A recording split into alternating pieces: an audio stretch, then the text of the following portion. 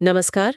Doctor Reddy's laboratories के share में आज मतलब 30 अक्टूबर 2025 को एक खासी गिरावट देखने को मिली है। हाँ, बिल्कुल। सवाल ये है कि अचानक ऐसा क्या हुआ।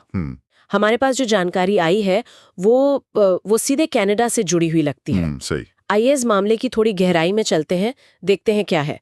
तो सबसे बड़ी खबर जो आज बाजार में हलचल मचा रही है वो ये है कि डॉक्टर रेड्डीज को कनाडा के हेल्थ रेगुलेटर से, फार्मास्यूटिकल ड्रग्स डायरेक्टरेट से, हाँ, उनसे एक नोटिस ऑफ नॉन कंप्लायंस मिला है, मतलब NON। जी सुनने में ये थोड़ी रेगुलेटरी बात लगती है, पर इसका असर शायद गहरा है। बिल्कुल। और यहाँ दिलचस्प बात यह है कि ये नोटिस उस दवा के आवेदन से जुड़ा है जिसकी आजकल खूब चर्चा है। कौन सी?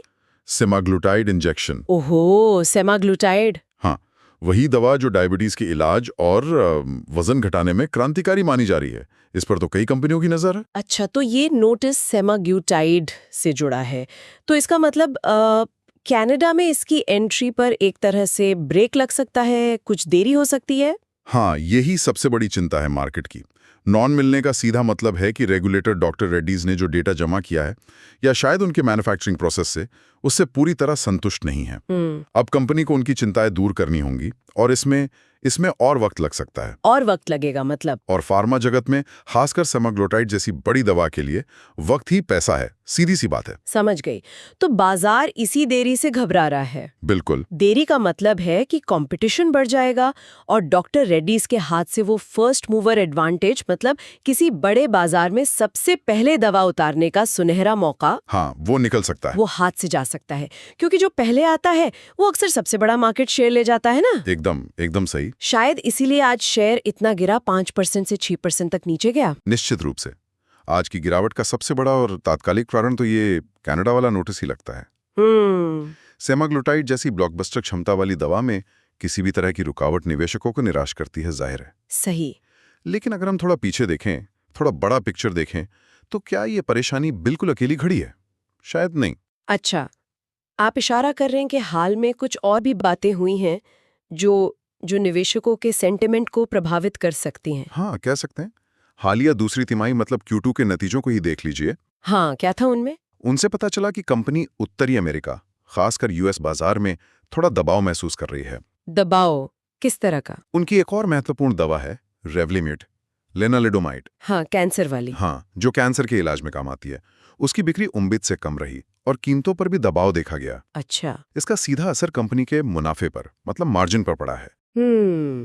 तो ये एक तो US में दबाव था पहले से। हाँ, और इसके अलावा ये भी याद रखना चाहिए कि पिछले कुछ महीनों में, शायद जुलाई से सितंबर 2005 के बीच, US के रेगुलेटर ने भी, US FDA ने, हाँ, US FDA ने भी डॉक्टर रेड्डीज के कुछ मैन्युफैक्चरिंग प्लांट्स का निरीक्षण किया था और कुछ आपत्तियां, मतलब ऑब्जर्वेशंस जताई थी। हाँ, ये खबरें थीं। हालांकि ये थोड़ी पुरानी बातें हैं और सीधी तौर पर आज की गिरावट का कारण नहीं है, पर ये रेगुलेटरी माहौल में एक तरह के दबाव का संकेत तो देती ही हैं। हाँ, ये पहलू भी अहम है।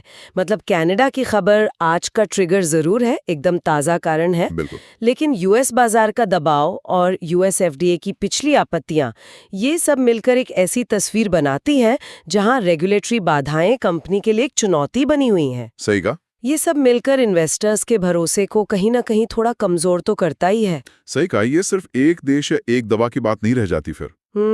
ये दिखाता है कि जब कंपनियां जटिल जेनेरिक दवाएं, खासकर सेमाग्लूटाइड जैसी हाई प्रोफाइल दवाएं, दुनिया भर के विकसित बाजारों में ले जाने की कोशिश करती हैं, हाँ। तो उन्हें कई रेगुलेटरी बाधाओं को पार करना होता है। ये एक जटिल प्रक्रिया है, आसान नहीं। पर कुल मिलाकर आज की जो बड़ी गिरावट हमने देखी, उसका मुख्य खलनायक तो कनाडा से आया ये सेमाग्लूटाइड से जुड़ा नॉन ही है। हाँ, तात्कालिक कारण तो वही है।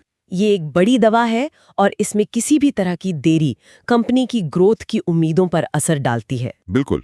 और ये स्थिति हमें सोचने पर मजबूर करती है ना? किस बारे में? कि देखिए, वैश्विक फार्मा बाजार में सफलता के लिए सिर्फ अच्छी दवा बनाना ही काफी नहीं है। सही। बल्कि अलग अलग देशों के कड़े रेगुलेटरी मानकों पर खरा उतरना भी उतना ही जरूरी है। ये तो है। एक देश में मिली रेगुलेटरी असफलता या सिर्फ देरी ही कह लें, वो कैसे किसी कंपनी की पूरी वैश्विक रणनीति और बाजार में उसकी छवि को प्रभावित कर सकती है। हाँ, ये सवाल तो बनता है। ये सवाल भविष्य में डॉक्टर रेड्डीज और इस सेक्टर की दूसरी कंपनियों के लिए काफी मायने रखेगा। इस पर आगे विचार करना दिलचस्प होगा।